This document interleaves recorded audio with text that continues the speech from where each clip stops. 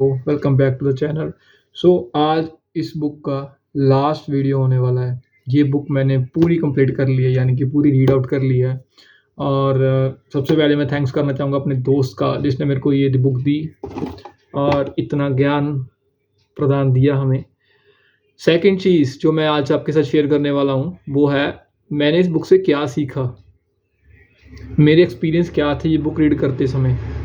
मेरे को कौन सी दिक्कतें आई ये बुक रीड करते समय, और मैंने क्यों इतने लंबे दिनों तक ये सीरीज़ को खींचा, क्यों मैंने 12-13 वीडियोस बनाई एक ही बुक के ऊपर, अलग-अलग 5-5 6-6 चैप्टर्स करके।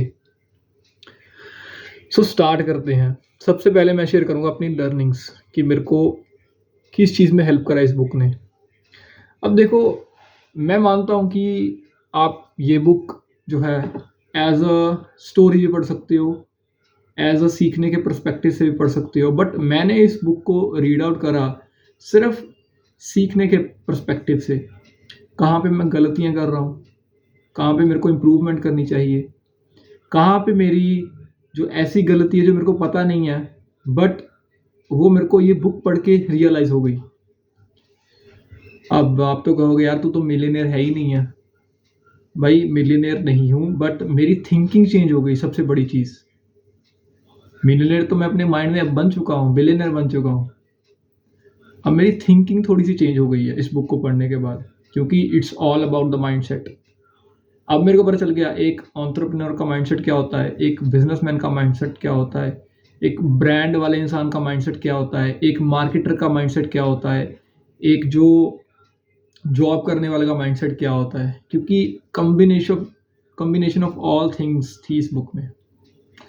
माइंडसेट क्लैरिटी लाना बहुत ज़रूरी है। अब इन्होंने स्टार्टिंग के जो इसका फ्रंट पेज है उस पे लिखा हुआ है कि मैं आपको 2 साल की लर्निंग्स 2 दिन में सिखा दूँगा अगर आप ये बुक रीड करोगे। मेरे को नहीं पता ये हुक लाइन है कि या ये रियलिटी है, क्योंकि मैंने इसके अलावा कोई बिज़नेस बुक नहीं पढ़ी अभी तक। हाँ, मैंने सिर्फ़ एक रिच डैड और पुअर डैड पढ़ी थी। उसमें से सिर्फ़ एक चीज़ कॉमन थी और वो थी सेल्फिशनेस। ठीक है? ये सब चीज़ें मेरे को एनालाइज़ करने में मेरे माइंड को क्लैरिटी मिली कि हाँ, ये चीज़ें हैं, ऐसे वर्क करती हैं। ठीक है? अब वो चीज़ें सिर्फ लिखी हुई हैं। I don't know these are stories या वो रियलिटी है, क्योंकि ये सब चीज़ें मैंने खुद तो देखी नहीं है ना। ये जब चीज़ें मैं खुद एक्सपीरियंस करूँगा या मार्केट में जब उतरूँगा ये चीज़ें करने के लिए, तो एट लीस्ट मेरे को पता होगा कि मेरे को कहाँ पे कौन-सा डिसीज़न लेना चाहिए। क्योंकि वो एक बूम आता है एक माइंड में, कहीं न कहीं आपके माइंड में वो एक न्यूरॉन सेट हो जाता है और वो आपको बता देता है। It's all about reading, it's all about learning. आप कुछ ना कुछ सीख के ही जाओगे जब आप कोई चीज़ रीड करने जा रहे हो। आपकी प्रैक्टिकल लाइफ में कहीं न कहीं वो आपको हेल्प करेगा। ठीक है? Please read. अगर रीड नहीं करते तो सुन लो किसी को, उसके साथ-साथ नोट्स बना लो। बहुत हेल्प मिलती है भाई, बहुत ज़्यादा हेल्प मिलती है। और मैं दूसरी बात शेयर करना चाहूँगा कि मैंने क्यों इस सीरीज़ को इतना लंबा खींचा।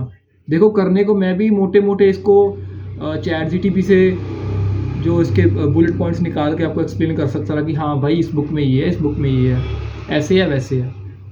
मैंने क्यों 12-13 वीडियोज़ बनाई या जितनी भी बनाई है आज तक। उसका सिर्फ़ एक ही रीज़न है, वो है कंसिस्टेंसी।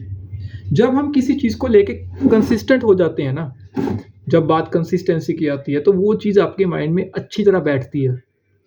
देखो, ख़त्म करने को मैं इस बुक को 1 दिन में ख़त्म कर सकता था। अगर मैं 60 पेज 1 दिन के पढ़ सकता हूँ, तो मैं इसको ख़त्म कर सकता था 1 दिन में। It's not a big deal for me. But वो चीज़, एक कहते हैं ना, पंजाबी में कहते हैं फाहा वट काम हो जाना सीगा।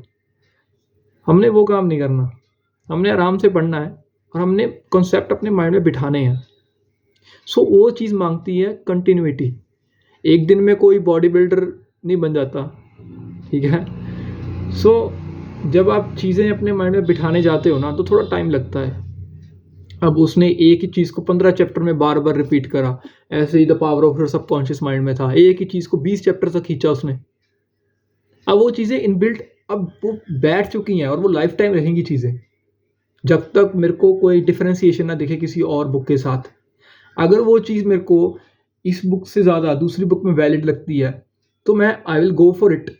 और मैं दोनों से कुछ ना कोई चीज़ उठा सकता हूँ कि हाँ यार, उस बुक में ऐसा लिखा था, इस बुक में ऐसा लिखा था, चल इसको ट्राई करके देखते हैं। Reading is all about practicality. अब प्रैक्टिकल लाइफ अगर आपकी बेटर होती है रीड करने से, टू रीड।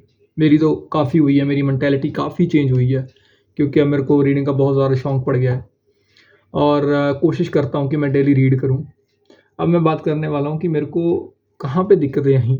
कई बार ऐसा होता है ना, आपको टाइम नहीं लगता। इस बंदे ने क्या बोला, आप खाना खाते समय आप किसी भी टाइम बुक रीड कर सकते हो, while you are traveling, while you are eating, while you are in the office, while you are in the toilet। सबसे बेस्ट कहता है मेरी लर्निंग, वैमली डिमार को कह रहे हैं कि सबसे बेस्ट लर्निंग मेरी टॉयलेट में ही हुई है, व्हेन आई वाज पूप, जब मैं पूप कर रहा था। तो भाई वो उस टाइम पर भी बुक रीड करता था, ठीक है।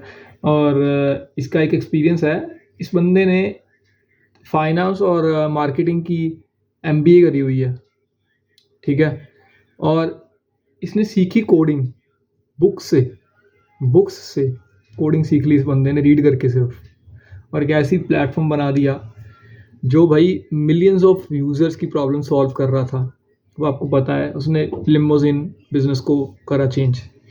अब मेरे को भी बहुत सारी प्रॉब्लम्स आई, जैसे कि मैंने आपके साथ शेयर करा कि टाइम नहीं लगता या कुछ हो, ये सब बहाने होते हैं ना। हमारे माइंड में एक चीज़ बिठा दी गई है, जब आप कोई भी काम करने निकलोगे ना, अगर आपको वो दिल नहीं कर रहा करने के लिए, सो आपके माइंड में प्रोग्राम करे गए हैं बहाने। इवन तो आपके पेरेंट्स आपको सिखाते हैं कि बहाना कैसे मारते हैं, आपकी सोसाइटी आपको सिखाती है कि बहाने कैसे मारते हैं, बट आप लोगों के साथ बहाने मारो, लोगों को बहाने मारो, बट खुद को बहाने मत मारो भाई, कि मैं अभी स्क्रॉल करूँगा उसके बाद फिर मैं जाके रीड करूँगा। सो वो चीज़ तो गलत है ना, वो तुम्हें भी पता है कि गलत है। तुम 1 घंटा स्क्रॉलिंग कर सकते हो, बट तुम 1 घंटा बुक नहीं रीड कर सकते। सो वो सब चीज़ें डिपेंड करती हैं कैसे आप अपने माइंड को ट्रेन करते हो, कैसे कितनी जल्दी आप अंडरस्टैंड करते हैं चीज़ों को। देखो 2 कॉन्सेप्ट हैं, सुनने और पढ़ने से हम जल्दी सीखते हैं, है ना। So start reading, start listening to the great people, ठीक है। पॉडकास्ट सुनो, कोई भी मोटिवेशनल स्पीच सुन लो, या कुछ ऐसे इंसान को सुन लो जो किसी ने कुछ फोड़ दिया है और वो आपको कुछ सिखा के जा रहा है। अब सेल्स का सबसे पहला नियम क्या होता है? बेइज्जती। आप सेल्समैन बन के जाओ, लोग आपको बाहर से ही करेंगे, अरे नहीं नहीं मुझे नहीं चाहिए भाई, बाहर निकल, है ना। सो वो चीज़ तो जब आप पहले पढ़ के जाओगे, आपको पता होगा कि हाँ यार मेरे साथ ये कॉन्सिक्वेंसेस हो सकता है, तो वो आपके माइंड में एक वो नहीं रहेगा, क्या कहते हैं उसे,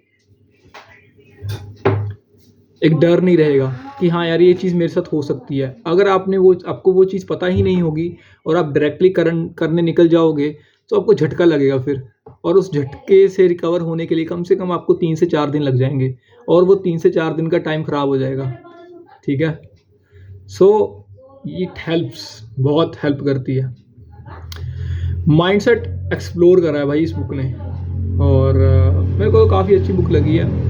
अब टाइम आ गया है इस बुक को वापस देने का इनके ओनर को, जिससे मैंने ये बुक ली थी।